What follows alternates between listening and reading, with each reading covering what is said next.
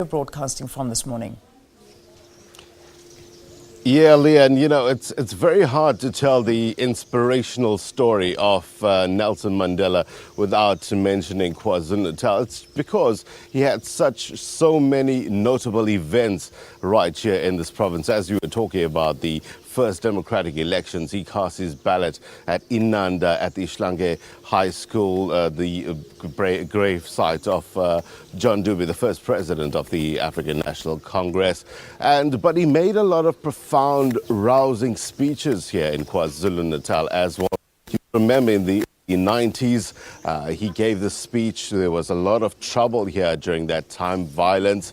And he said, take your guns, your knives and your pangas and throw them into the sea. Indeed, profound words that had a ripple effect in KwaZulu-Natal. If we trace back to history, going back to 1962, August 5th, 1962, a day that will be etched in many a memory. That was the day that Nelson Mandela was actually captured at Howick in the KwaZulu-Natal Midlands, just outside Pietermaritzburg.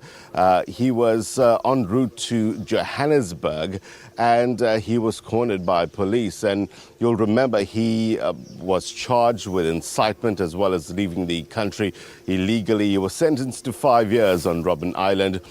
He came back, obviously, for the Rivonia trial in 63-64. But before the day of August 5th, 1962, he actually paid a visit to the then ANC President, Chief Albert Luthuli. And this is where we find ourselves in Groudville, northern KwaZulu-Natal, the house of Albert Luthuli, Chief Albert Luthuli. And it's also where we find his daughter, that is Dr. Albertina Luthuli, and I can just invite us. She's just out of shot at the moment.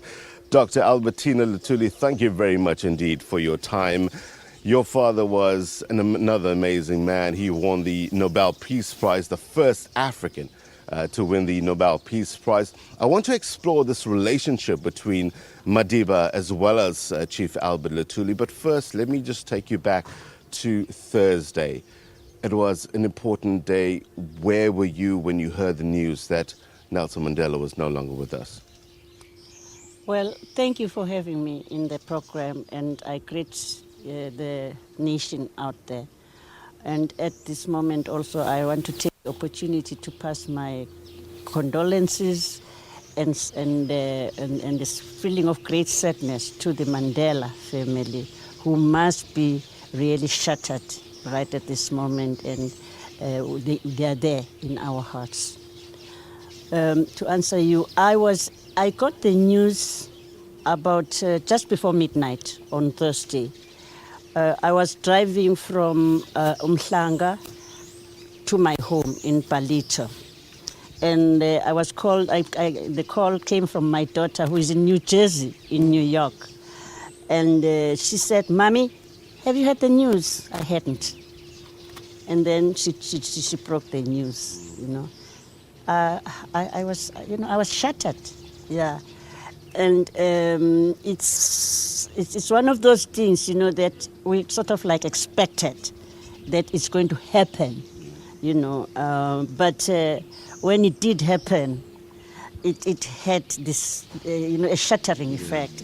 We're still, even now, really not quite at terms with what has happened to us. I think the famous poet Maya Angelou said it best in one of her poems dedicated to Nelson Mandela, "News expected but still unwelcomed," she said. Absolutely. You were, pre-university when you first met Nelson Mandela? Can you recall the day that you met him? Actually, I met him when I was just about 18 years old, because I met him at this house. They used to come to visit here, not to visit, but to hold their meetings. At that time, my father was serving a burning order, and he couldn't travel to Johannesburg, where most of the executive was. My father at that time was the president, of the African National Congress, President General. Now, so the executive used to come to our house here, and that's when I began to see the leadership of the African National Congress, many of them. Baba Mandela was one, Baba Sisulu, and Baba Mbeki Baba. There were many, but they used to fill up the sitting room there, and then we had to welcome them, host them, and make tea, bake cakes and scones, and then we would be quite busy, but we enjoyed it because we're meeting these great people. And, so it was that kind of camaraderie atmosphere. But these were very, very friendly men to us, as kids. They would just pet you, thank you very much, this scone is nice, this cake is nice, who baked it? And you say, I did. And they say, oh, wonderful. So it was, a very, very welcoming and then friendly environment. Yeah. It was, from what I'm getting from you, a sense of a warm atmosphere at home, despite knowing the magnitude of all these top freedom fighters coming home. Did it hit base with you at the time, knowing what you were in the midst of? I must say, at that time, in the early days, it did not. We just excited as young people. Here, these great people here, and they're friendly.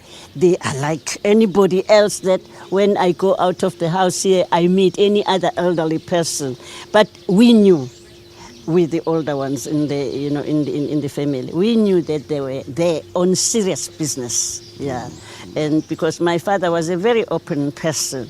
So, when we sat at dinner table and all that, the whole family, we would, we'd sort of be briefed about who is coming, what's happening. That is, if during the time when that could be done. Yeah. Of course, things changed along the way. I guess the question is, how open was your father to you at dinner time, at the dinner table? What did he tell you about? I doubt he'll tell you anything about the meetings, but what did he tell you about Nelson Mandela in particular? Well, he used to first, he used to tell us about, the country, the situation in the country.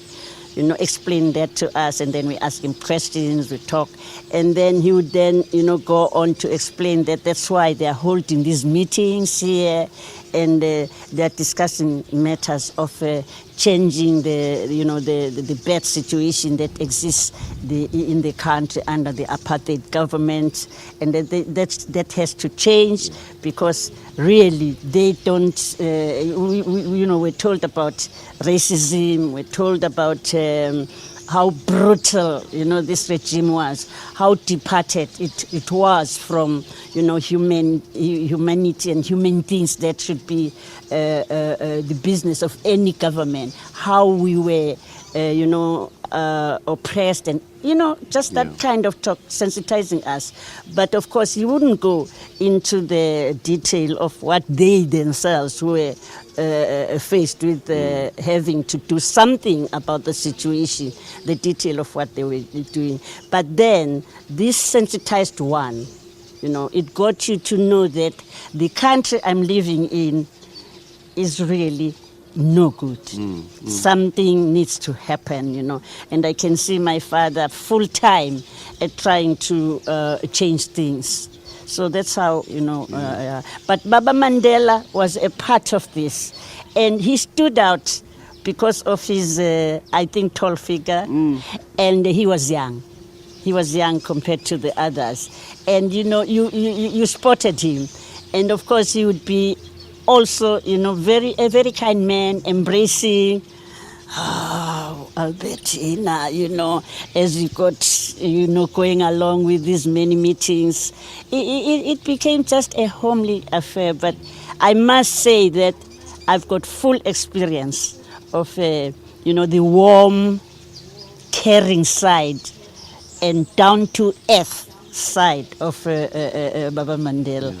And yet this man, he can also rise up, to equally fit into overwhelming, great, occasions and come out with flying colors. He was almost approachable. You almost felt like if you walked up to him, even as president, he would sit down and have a bit of a chat with you, didn't he? His humility really shone through, but he hated being thought of as a saint. Yes, exactly. Because he had this human side, to it.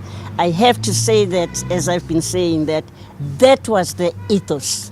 That is how these people were, the leadership, of the struggle at that time. So he had this, where he was simply just human and a peasant, almost like there, like you and me down there. And yet, there was this enormous business that they were about. Let's just explore this relationship very briefly with regards to your dad and Nelson Mandela. How much of an influence do you think your father was to him? Well, I believe that he had a great influence as their leader on the, on the leadership around him, because he himself was a very, very calm person. And he was very much aware of his responsibility as the leader of this assaulted organization to live and make pronouncements that are going to be appropriate, that are going to shape his own organization, his own executive committee, and make sure that they are moving in the same direction. So I believe that he had great, great, great influence on Baba Mandela. Now, at that time, I have seen, Baba Mandela in two phases. At that time, he was young and extremely impatient, and you could see that he wants militancy, all the way.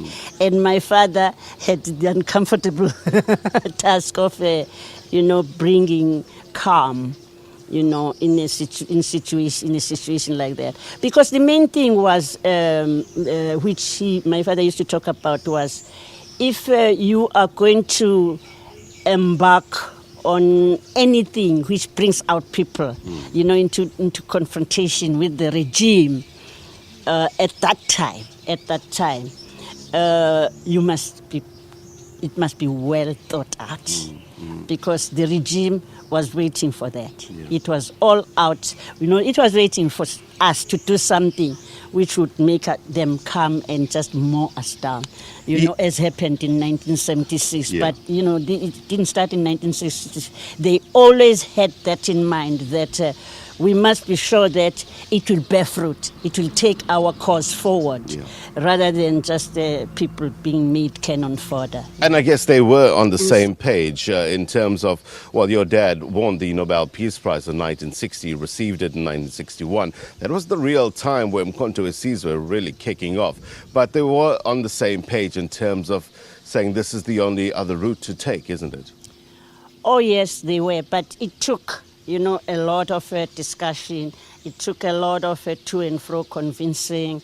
They didn't just suddenly find that they were going that way, because really they themselves never wanted, war between us as South Africans here, But the African National Congress was forced into it, that the doors had closed. My father says it in his book, Let My People Go, knocking on the door and no answer. So it was a question now of these men sitting together, convincing one another about the change in direction.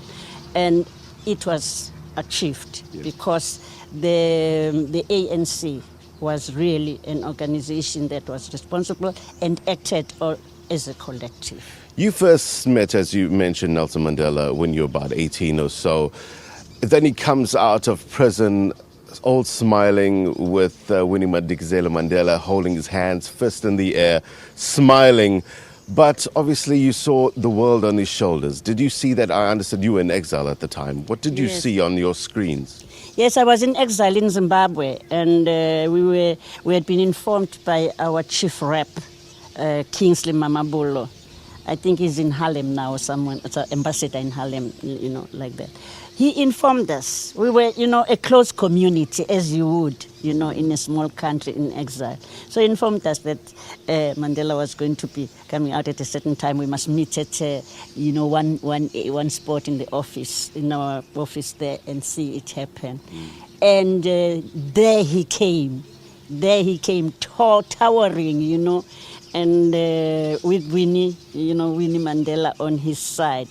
And we were, you know, I can't describe it. It's one moment in one's life that will live forever. Yeah, he was just convincing, but at the same time that this is the leader who's got the responsibility to, you know, to take the reins and move us forward. But at the same time, you know, you could sense that he himself was overwhelmed. You could see that having been away this long from, you know, society and huge crowds and all that, you could see that he was overwhelmed and, you know, and trying to find himself in relation to what was happening to him. But Winnie was by his side, you know, holding him, and they were moving on. I must say that, as I say, he's a man who quickly rise up to the challenges of the occasion and just fits in like that. Let's just talk about this legacy that he will leave. There's great consensus, obviously, that the legacy he would leave is that of reconciliation. But is it fair to just put it at reconciliation? What would you say are the other facets of his legacy? Well, reconciliation, you know, came out of the TRC and all that. And it was all an attempt, really, because the ANC came from there, as I've already said. The detour of armed struggle and all the, you know, all that happened, the killings, was never in the books of the ANC. So naturally, when now we felt that we are winning this battle and we're going to take over this country, the leadership had to take themselves back to what we wanted in the first place as the organization, as the liberation movement that we felt was going to correct the ills of the past in South Africa. So in fact, it was when we picked up again where we left off and get on track. So reconciliation, obviously, was at the center of that. Yeah. Here are people who are at war with one another, you know, and yet they live in the same, they breathe the same air. So the first thing is they must reconcile. Now, and then going along with that was then, you know, the reconciliation itself, I must say, it's, we tend to, you know, to be gullible. Yeah, we tend to be gullible. Well, they're fascinating.